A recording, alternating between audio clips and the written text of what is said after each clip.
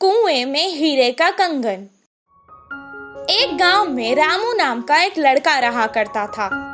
एक दिन जब उसकी माँ घर साफ कर रही थी, तब उसे एक पुराने जमाने का सोने का कड़ा मिला। वो उसे अपने हाथ में लेकर कहने लगा, माँ, मुझे ये कड़ा एक दिन के लिए पहनने को दो ना।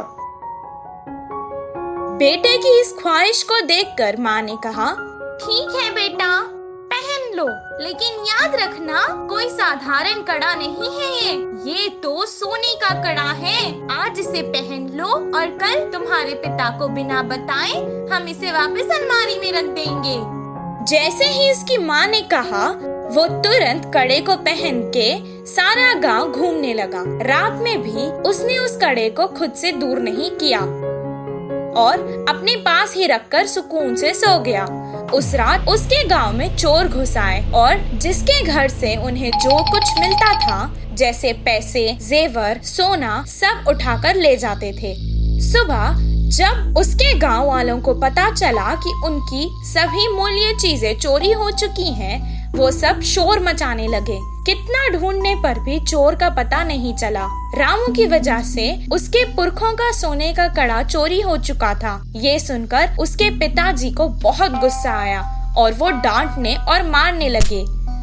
कुछ देर बाद उसने कहा, वो कोई खिलौना नहीं था जो तुमने खो दिया, वो मेरे पुरखों की निशानी थी। अब दोबारा मुझे अपनी सूरत नहीं दिखाना, निकल जाओ यहाँ से। बेटे को कड़ा देने के लिए वो अब अपनी पत्नी को भी डांटने लगा। वहीं रामू अपने पिता से मार खाकर बहुत दुखी होकर घर से रोते रोते निकल गया। पास के बगीचे में जाकर एक बड़े पेड़ के नीचे रोता हुआ वो बैठ गया। वहीं पेड़ के नीचे जो चोर ने उसका कड़ा चुराया था, वो चोरी किया हुआ सामान वहां बंटवारा कर रहे थे। वो दोनों चोर जोर जोर से बात कर रहे थे। ये सुनकर रामू को पता चल गया कि वो वही चोर है। वो धीरे से वहां से उठा और कुएं के पास जाकर कुएं में देखकर रोने लगा और कहने लगा कि उसके हीरों का कड़ा कुएं में गिर गया है। उसके रोने की आवाज सुनकर चोर उसके पास आए और रामू से पूछने लगे कि वो क्यों रो रहा है। रामू ने जवाब दिया, मेरे दादा बहुत बड़े पंडित थे और उन्होंने एक जमींदार के पास पूजा की थी, तो उन्होंने उन्हें तोहफे में एक हीरो से भरा हुआ सोने का कड़ा दिया था। वो कड़ा मैं मेरे घर वालों को बिना बताए पहनकर आ गया था और यहाँ आकर खेल रहा था और अचानक मेरे हाथ से वो कड़ा फिसल कर गिर गया था। जब मैं उस कड़े को हाथ लगाता था तब भी वो मुझे डांटते थे और अगर मैं उन्हें बताऊंगा कि मेरे हाथ से वो कुएं में गिर गया तो वो मुझे मार देंगे। हीरो का कड़ा कुएं में है सुनकर ही वो दोनों लड़ने लगे कि कौन कुएं में जाकर कड़ा लाएगा। दोनों अपने हाथ में रखे सामान को जमीन पर रखकर एक साथ कुएं में कूद गए। जैसे ही रामू ने ये देखा, वो तुरंत पैसे और जेवर लेकर भागकर गांव वापस आ गया। आकर गांव के बड़ों को उन चोरों के बारे में बताया। तब सब गांव वाले कुएं के पास आए और उन दोनों चोरों को पकड़कर मारा और उन्हें बहुत अच्छा सबक सिखाया। सबके जेवर और पैसे उन्हें वापस मिल गए। रामू और उसके परिवार को उनका पुश्तैनी कड़ा वापस भी मिल गया था और रामू की होशियारी की वजह से रामू को खूब शाबाशी भी मिली। इस कहानी से हमें ये शिक्षा मिलती है कि समय पर चतुराई दिखाने से मुश्किल समस्या भी टल सकती है। पछताने वाला मोर। एक जंगल में कौवा पंछी बहुत अच्छे मित्र थे। वे एक दूसरों की मुश्किलों में मदद करते थे। एक दिन कौवा पंछी के रहने वाले जगह पर बचाओ बचाओ मित्र बचाओ बोलते हुए कांपता एक मोर उनके पास भागते हुए आया।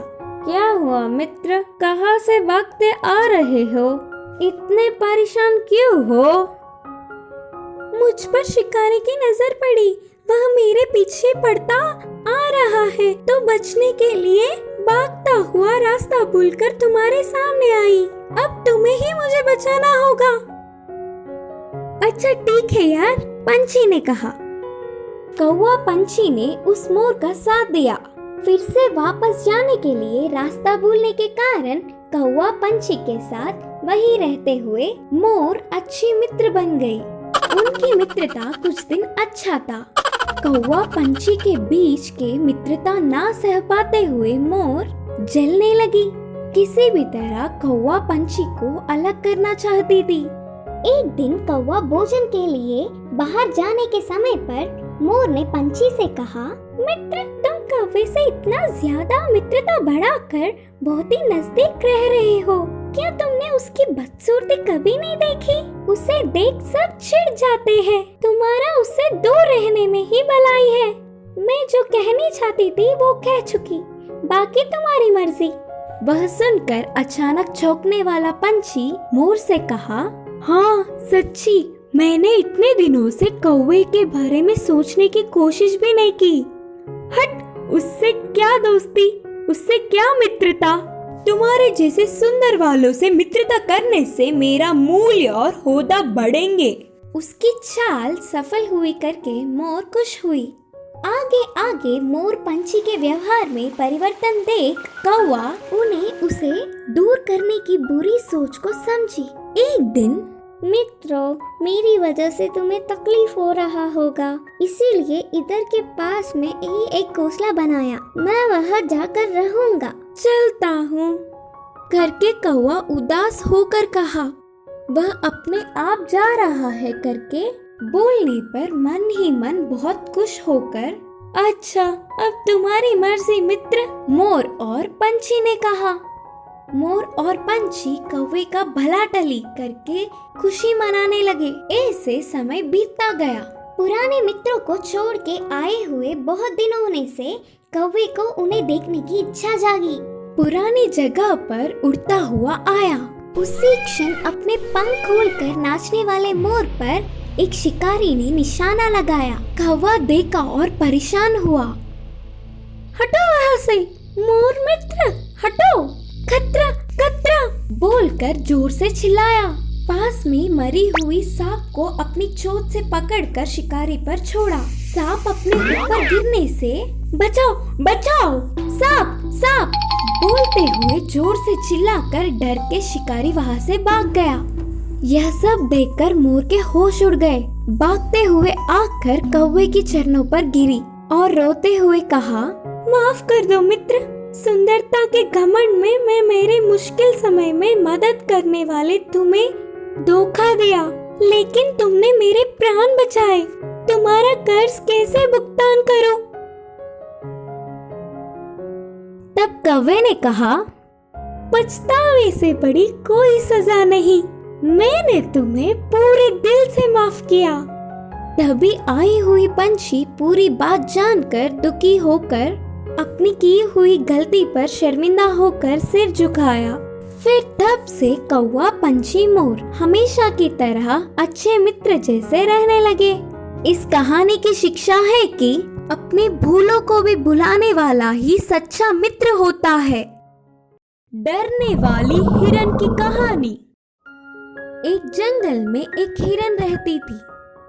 वह खाने के लिए पूरा जंगल अकेले ही घूमती। कभी कभी तो नई जगहों पर भी जाती। ऐसे नई जगहों पर जाना खतरा है करके बाकी के जानवरों के बोलने पर भी नहीं सुनती।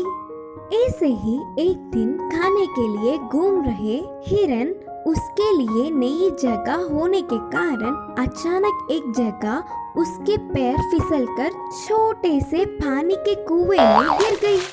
उस कुएं में पानी इतने गहरे में थे तो वह नहीं डूबी। उस पानी के कुएं से बाहर आने के लिए तरह तरह के प्रयास किए, लेकिन हिरन वहां से ऊपर नहीं निकल सकी। मेरे दोस्तों की बात ना सुने बिना आकर इस कुएं में फंस गई। पता नहीं कोई यहाँ आकर मुझे बचाएगा कि नहीं। कुछ देर बाद वहाँ आई हुई खरगोश को देखी और कहा, खरगोश दोस्त, मुझे इस कुएं से बाहर लाकर बचाओ ना। खरगोश ने अपनी पूरी ताकत लगाकर बहुत कोशिश की। आखिरकार मुझसे नहीं होगा, और कोशिश करूंगा तो मैं भी कुएं में गिर जाऊंगा, बोलकर उधर से चला गया। फिर वहाँ बंदर आया। बंदर दोस्त, मुझे बचाओ, बोलकर पूछी हिरन। बंदर कोशिश कर करके, हैं तुम इतने बारीक क्यों हो? तुम्हें तो बाहर लाने के लिए शायद बलवान हाथी मामू को ही आना पड़ेगा, बोलकर वहाँ से चला गया। उसके बाद वहाँ भेड़ और गधा आए और हिरन को उस पानी के कुएं से बाहर लाने की कोशिशें की, लेकिन वह मदद करने के लिए इतनी मेहनत करने पर भी कुएं से बाहर नहीं निकल पाई। हिरन ने चिढ़कर कहा, तुम्हारी सारी कोशिश बेकार है, अब तुम अपने रास्ते जाओ। भेड़ और गधा उसकी स्थिति का विचार करते हुए वहाँ से निकल गए। ऐसे कुछ देर बाद दूर से शेर गरजता हुआ हिरन के पास ही आने लगा। महाराज शेर की आवाज सुनते ही हिरन अपने प्राणों के डर से कांपने लगी। एक क्षण की भी देरी ना करते हुए अपनी पूरी ताकत जुटाकर बस एक ही छलांग में पानी के कुएं से कूदी और बाहर निकलकर भाग गई। ऐसे कुछ दूर भागने के बाद हिरन को कुछ समय पहले ही मदद करने वाले खरगोश, बंदर, भेड़ और गधा दिखे। हम सबकी मदद लेने पर भी कुएं से बाहर नहीं निकल पाई, तो अब कैसे बाहर निकल गई? बोलकर गधे ने पूछा।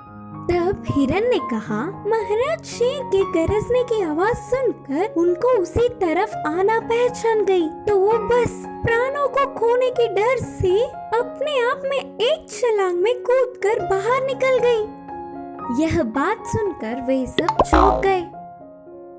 इस कहानी की नीति है कि कभी-कभी अपने डर भी ताकत बन जाते हैं।